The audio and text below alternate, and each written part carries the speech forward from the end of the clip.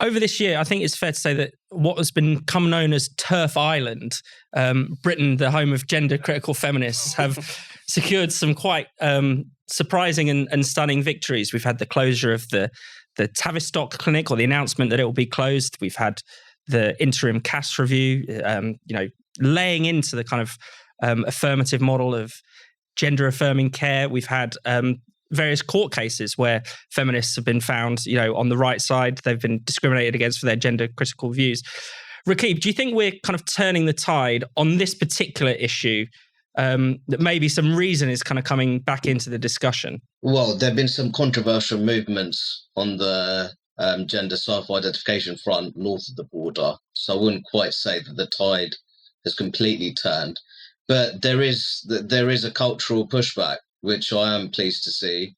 I thought it was really interesting that we saw a rather large list of MPs condemning Jeremy Clarkson's piece in The Sun on Meghan Markle, saying that this could potentially contribute towards violence and intimidation towards women and girls.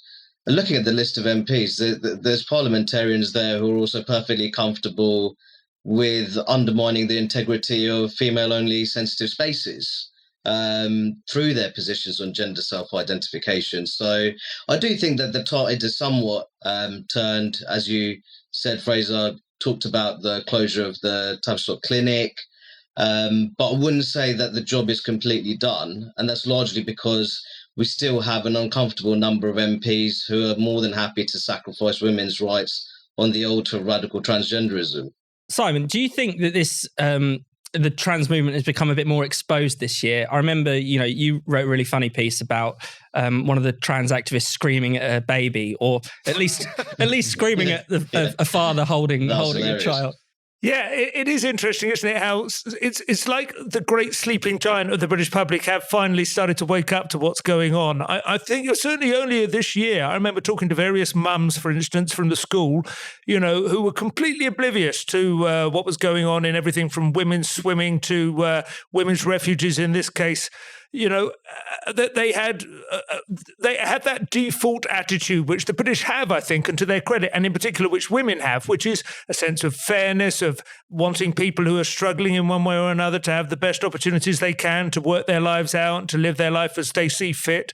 And they had not registered just quite how extreme and how extraordinary and how challenging, I think, not just to women's rights, but to our fundamental grasp of reality, to our ability to remain sane. I don't entirely endorse the idea that we frame this argument in terms of women's rights. I think we should put it on even more fundamental solid ground than that, and say this is, part of the Western philosophical tradition is that, it's built on logos, the idea that we use words to describe the universe, that we can all agree on what that means, and that, that's how we build reality for ourselves.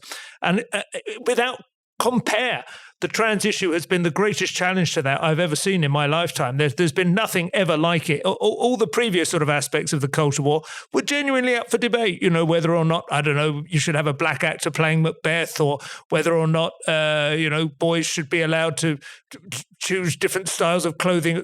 All those, there's like loads of things that are totally up for debate and just show how society is transforming and evolving at all points. But the trans thing is just, I think, when a huge number of people have finally clocked just how insane it is.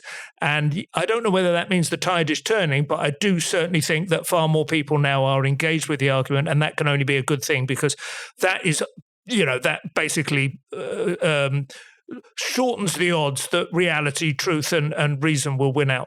Well, I would just add that I think, you're absolutely right that the reality's had some good wins.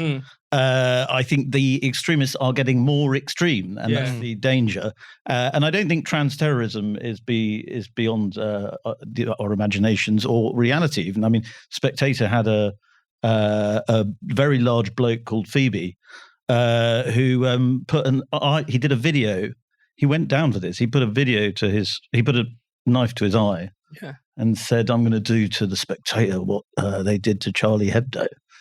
And the first thing we knew about it was she'd been sent down. But we wanted to campaign to say, because we're so free speech, that Phoebe should be allowed to do that video. Yeah. That's what Nicola Sturgeon's latest fan, by the sound. We probably should talk about Scotland briefly. Let's talk about it briefly, because it's kind of breaking news as this podcast has been recorded. I mean, it will probably change by the time people get to hear this in about a day's time or so, but you have had the gender recognition reforms passed in Holyrood.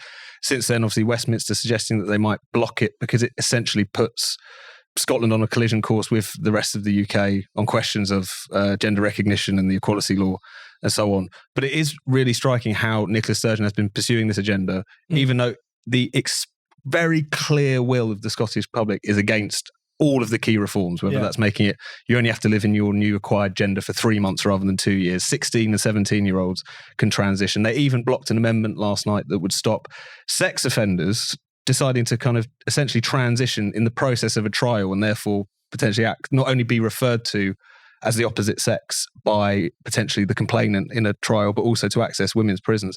All of this in the very clear opposition to the Scottish public. So like all those debates we had about what would an independent Scotland really look like, you want to kind of be half in the UK, half in the EU. What's really going to be that different apart from, you want to be under the thumb of Brussels rather than the UK. Apparently it's allowing sex offenders to be women is the clear answer. It's the great civil rights movement of our time, as you well know.